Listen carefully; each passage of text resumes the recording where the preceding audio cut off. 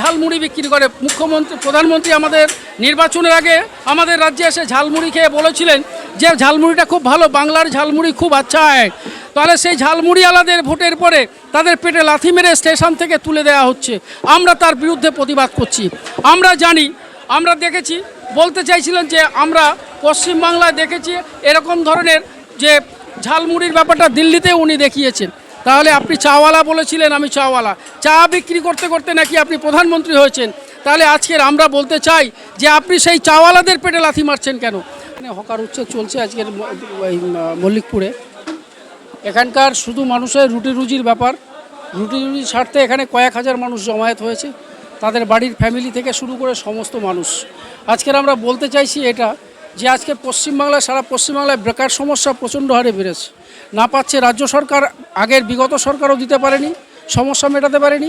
এখন যে সরকারটা আসছে সেই সরকারটা এখনও পর্যন্ত সমস্যা মেটাতে পারেনি।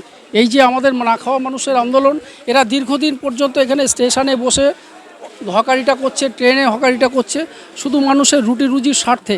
এই রুটি রুজি করতে গিয়ে মানুষের দেখা যাচ্ছে একটা দোকানে যারা পড়ে আছে, এই দোকানদারি করে, এই হকারিটা করে তার বাড়ির বাল বাচ্চাকে, তাদেরকে লেখাপড়া থেকে শুরু করে সমস্ত রকম, বাড়িতে যারা ফ্যামিলি আছে, বুড়ো বৃদ্ধ বাবা মা আছে, তাদের চিকিৎসা থেকে শুরু করে সমস্তটাই চলছে। তো সেই রকমভাবে এখন আমরা বলতে চাইছি যে আজকের আমাদের এটা দীর্ঘদিনের, আজকের 50 বছর ধরে আমাদের একই আন্দোলন, 50 বছরের একই আন্দোলন যে মানুষকে, আপনাদেরকে আগে আমাদের পুনর্বাসন দিন, অথবা আপনি যে পুঁজিপতিদের যাদেরকে আপনি লাইসেন্সটা দিচ্ছেন দোকানদারি করার জন্য, আমাদের গরিব মানুষকেও আপনারা টেন্ডার দিন, টেন্ডার দিয়ে আমাদেরকে সেইভাবে লাইসেন্সটাকে প্রদান করুন। আমরাও আপনাদেরকে পয়সা দিতে, রেলকে পয়সা দিতে আমরাও রাজি আছি।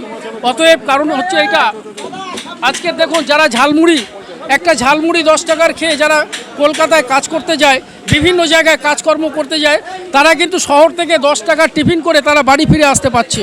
অথচ আজকের যদি এই হকারগুলোকে তুলে দেওয়া হয়, তাহলে দেখা যাবে যে এই 10 টাকা নয়, তখন ওই কাঁচের ঘরের ভেতরে ঢুকে তাদের 99 টাকা বিল করে তাদেরকে টিফিনটা সেরে তারপরে আসতে হবে। তাহলে কি সেটা কি গরিব মানুষের পক্ষে সম্ভব?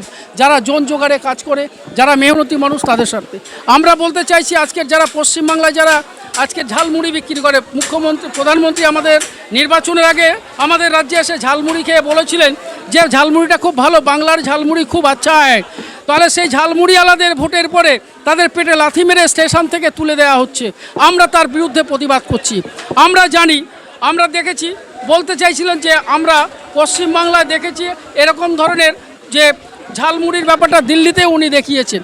তাহলে আপনি চাওয়ালা বলেছিলেন, আমি চাওয়ালা, চা বিক্রি করতে করতে নাকি আপনি প্রধানমন্ত্রী হয়েছেন। তাহলে আজকের আমরা বলতে চাই যে আপনি সেই চাওয়ালাদের পেটে লাথি মারছেন কেন? আমরা তার বিরুদ্ধেই আমাদের এই আন্দোলনটা। আমরা বলতে চাই, দেখুন আপনি যেভাবে করছেন, গরিব মানুষের দিকে তাকান। আজকের আমাদের যিনি মুখ্যমন্ত্রী, তিনি একদিন বিরোধী নেতা ছিলেন।